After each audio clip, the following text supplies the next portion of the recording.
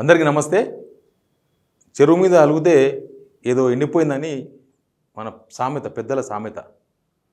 ఈ లోగో విషయంలో సర్కార్ పని కూడా అట్లే అయింది. ప్రభుత్వ చీనాని మొత్తం మార్చేస్తున్నాం. దానిలో రాచరికపు గుర్తులని చెప్తున్న చార్మినార్, కాకతీయ తోరణం రెండు తీసేస్తున్నాం.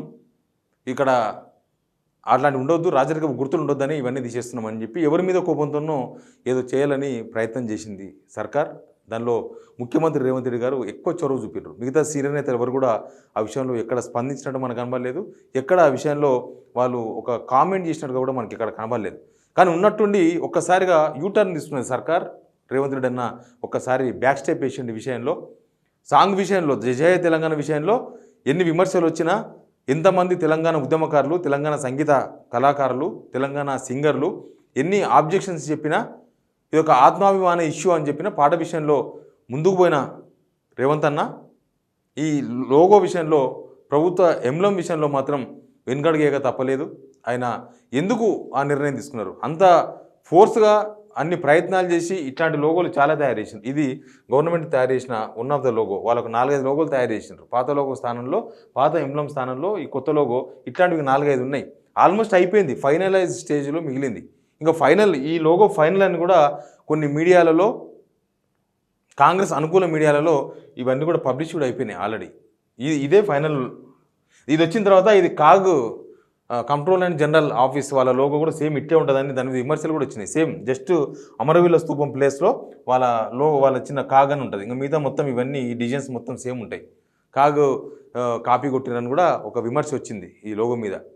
కానీ ఉన్నట్టుండి ఒకసారిగా బ్యాక్ స్టెప్ వేసినారు. దీనికి చాలా కారణాలు కనిపిస్తున్నాయి. దీనిలో సొంత పార్టీ నుంచి వచ్చిన వ్యతిరేకత, సొంత పార్టీ నుంచి వచ్చిన విమర్శలు, బయట వీడు కాకతీయ తోరణం తీసేస్తామంటే వరంగల్లో పార్టీలకు అతీతంగా మాట్లాడినారు. ఎందుకంటే అదొక గౌరవం.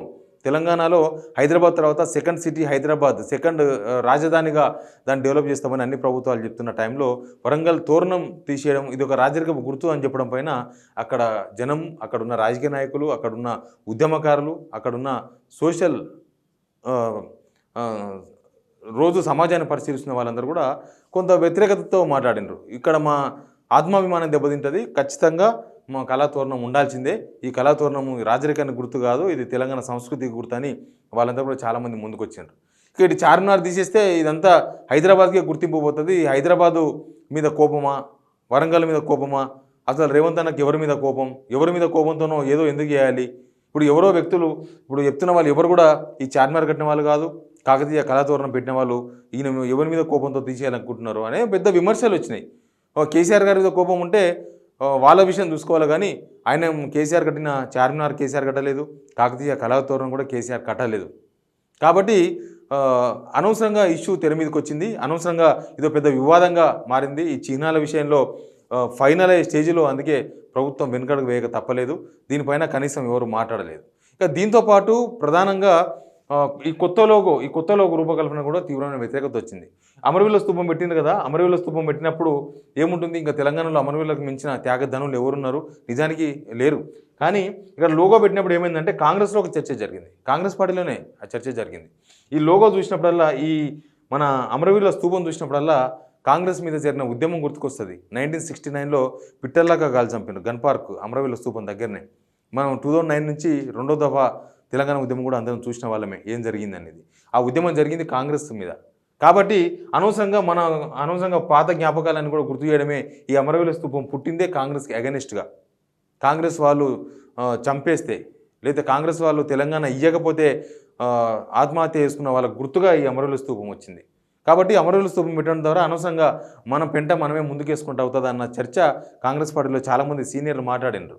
నిజానికి ఒకవేళ చిహ్నాలు మార్చాల్సి వస్తే అవి రాజకీయ చిహ్నాలు కావు, అవి రాజరికపు చిహ్నాలు కావు. చార్మినార్ అయినా, కాకతీయ కళాతోరణమైనా అనవసరంగా దీని ఒక రచ్చ చేసి ఒక ఇష్యూను ముందేసుకొని అనవసరంగా ఈ ఇష్యూలో ఇరుక్కపోతున్నామన్న ఫీలింగు సర్కారులో చాలామందికి వచ్చింది.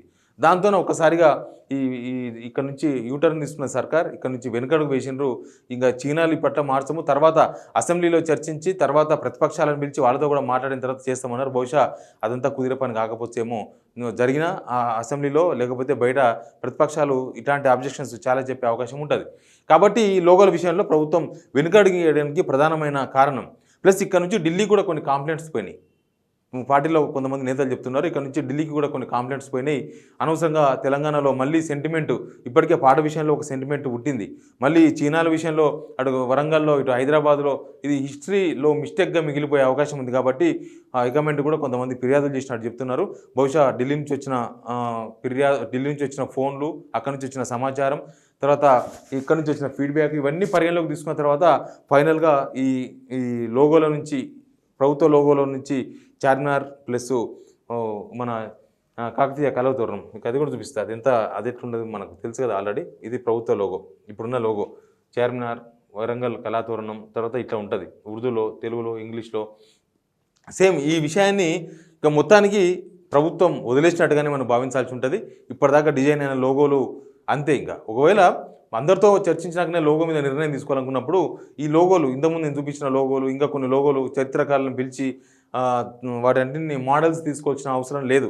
అవన్నీ మోడల్స్ తీసుకున్నారంటేనే ప్రభుత్వం చాలా ముందుకు పోతుంది. ఆ మోడల్స్ తీసుకొని ఏదో ఒకటి ఫైనల్ చేసి ఈ గుర్తును మార్చి ఆ కొత్త మోడల్ను తీసుకురావాలి, కొత్త ఆంబ్లం తీసుకురావాలి అనేది ప్లాన్. కానీ ఇట్లా తెలంగాణ సమాజం నుంచి వచ్చిన ఒక ప్రెషర్తో వెనుకడుగు వేసినారు. నిజానికి ఇది ఒక మంచి నిర్ణయంగా కనిపిస్తుంది. ఇప్పటికిప్పుడు అయితే నిర్ణయం తీసుకునే అవకాశం కనిపిస్తలేదు.